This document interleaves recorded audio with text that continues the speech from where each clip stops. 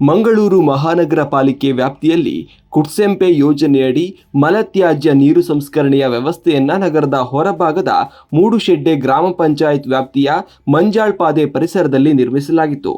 ಹಿಂದೆ ಈ ಭಾಗದಲ್ಲಿರುವ ವೆಟ್ವೆಲ್ನಿಂದ ಡ್ರೈನೇಜ್ ಕೊಳಚೆ ನೀರು ನೇರವಾಗಿ ಸ್ಥಳೀಯ ಹಳ್ಳಗಳಿಗೆ ಬಿಡುವ ಬಗ್ಗೆ ಬಹುದೊಡ್ಡ ಹೋರಾಟಗಳು ನಡೆದು ಇದಕ್ಕೆ ಸೂಕ್ತ ಪರಿಹಾರವನ್ನು ಕಂಡುಕೊಂಡಿದ್ದ ಗ್ರಾಮದ ಜನ ಕೊಂಚ ಸುಧಾರಿಸಿ ಉಸಿರು ಬಿಡುವ ಹೊತ್ತಲ್ಲಿ ಇದೀಗ ಮತ್ತೊಂದು ವೆಟ್ವೆಲ್ನಿಂದ ಸಮಸ್ಯೆ ಎದುರಾಗಿದೆ.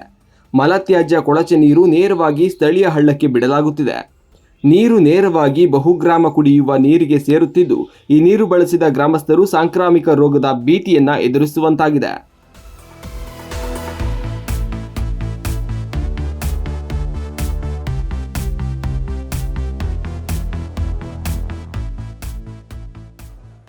ನೋಡಿ, ಇದು ನಗರ ವ್ಯಾಪ್ತಿಯ ಡ್ರೈನೇಜು ಅದೆಲ್ಲ ನೋಡಿ ನಮ್ಮ ಗ್ರಾಮಕ್ಕೆ ಬರುವಂಥದ್ದು. ನಮ್ಮ ಮೂಡುಶೆಡ್ಡೆ ಗ್ರಾಮ ವ್ಯಾಪ್ತಿಯಲ್ಲಿ ಇಲ್ಲದು, ನಮ್ಮದು ಪಂಚಾಯತ್ ವ್ಯಾಪ್ತಿ.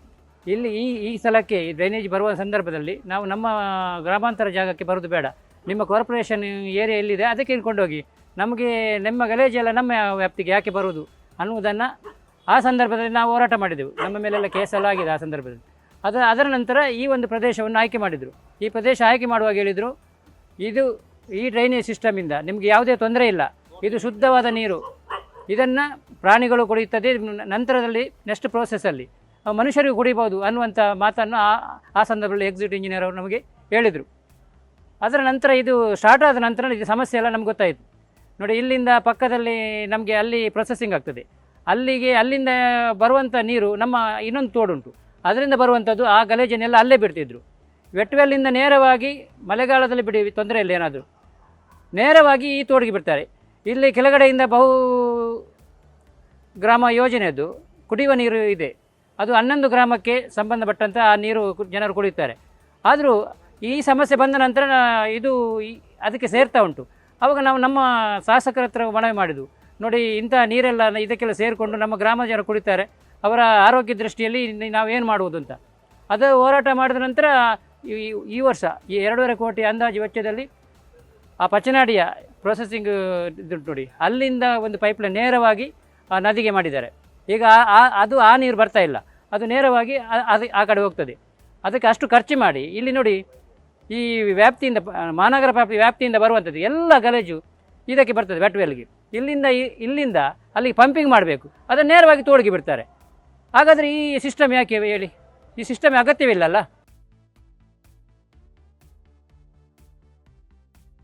ಅದರ ನಂತರ ನೋಡಿ, ಇಲ್ಲಿ ಮೇಂಟೆನೆನ್ಸ್ ತಗೊಂಡವರು ಅದನ್ನು ನಿರ್ವಹಣೆ ಮಾಡಬೇಕಾದ್ರೆ ನೇರವಾಗಿ ಒಳ್ಳೆ ರೀತಿಯಲ್ಲಿ ಮಾಡಬೇಕು. ಅವ ಎಂತ ಹೇಳ್ತಾನೆ, ನಮಗೆ ಇಲ್ಲಿ ಅದು ಪಂಪಿಂಗ್ ಸರಿ ಇಲ್ಲ ಮತ್ತು ಅಲ್ಲಿ ಕೆಲಸದವರು ನಮಗೆ ಸರಿಯಾಗಿ ನಿರ್ವಹಣೆ ಮಾಡಿದ್ರು ಅಂತ ಅವ ಹೇಳ್ತಾನೆ.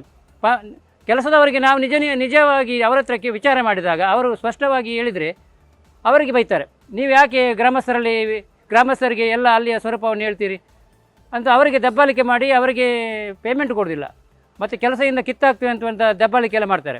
ಅದನ್ನು ಅವರಿಗೆ ನಾವು ನೇರವಾಗಿ ಹೇಳಿದರೆ ಅವರಿಗೆ ಪಾಪ ನಾಳೆ ಕೆಲಸ ಇರಲಿಕ್ಕಿಲ್ಲ.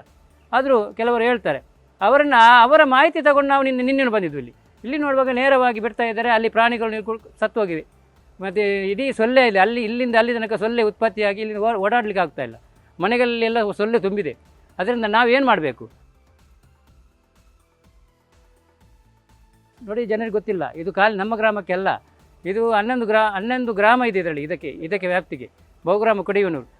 ನಮಗೆ ನೋಡಿ, ನಮ್ಮ ಪಂಚಾಯತಿಗೆ ಇಡೀ ಗ್ರಾಮಕ್ಕೆ ಕುಡಿಯಲಿಕ್ಕೆ ಅಂತ ಒಂದು ಬಾವಿ ಇತ್ತು ಕೆಳಗಡೆ. ಆ ಬಾವಿ ಏನಾಯಿತು, 1 ವರ್ಷ 2 ವರ್ಷದಲ್ಲಿ ನಮಗೆ ಟೆಸ್ಟಿಂಗ್ ರಿಪೋರ್ಟಲ್ಲಿ ಬಂತು ಆ ಕುಡಿಯೋಕ್ಕೆ ಯೋಗ್ಯವಲ್ಲ ಅಂತ. ನಾವು ಆ ಸಂದರ್ಭದಲ್ಲಿ ನಮಗೆ ಕುಡಿಯುವ ನೀರೇ ಇಲ್ಲ, ಏನು ಮಾಡಬೇಕು ವ್ಯವಸ್ಥೆ?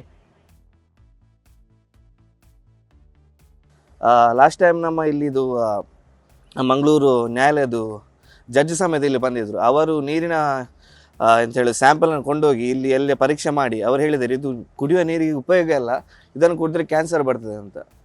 12 ಗ್ರಾಮದವರು ಈ ನೀರನ್ನು ಕುಡಿಯಬೇಕಾದ್ರೆ ಇವ್ರಿಗೆ ಅಷ್ಟು ಆಲೋಚನೆ ಆಗೋದಿಲ್ಲ. ಇವರು ಅದನ್ನು ನಿಲ್ಲಿಸಬೇಕು.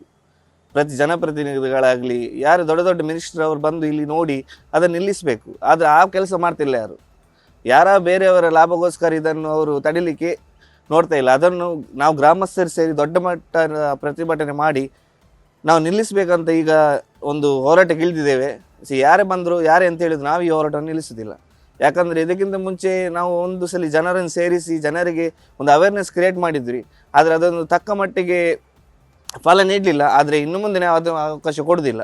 ಯಾಕಂದರೆ ನಿಮಗೆ ನೋಡ್ಬೋದು, ಇದು ವಿಸಿಬಿಲಿಟಿ ನೋಡಿ, ಇಲ್ಲಿ ಉಂಟು ಎಷ್ಟು ನೀರು ಹೇಗೆ ಹೋಗ್ತದೆ ಅದು. ಯಾಕಂದರೆ ಇಲ್ಲಿ ಜಲಚರಗಳಾಗಲಿ ಇದು ದನ ಕರುಗಳು ಅದನ್ನೇ ಕುಡಿತಾ ಉಂಟು ನೀರು.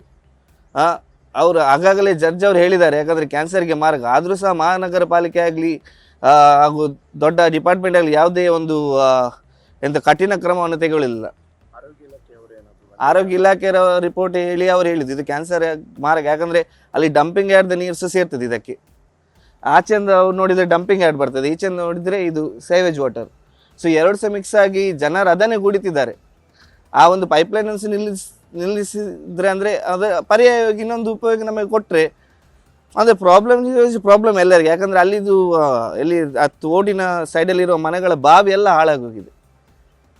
ಬಾವಿಯಲ್ಲಿ ಎಲ್ಲ ಹಳದೆ ನೀರು ಬರ್ತಾ ಉಂಟು.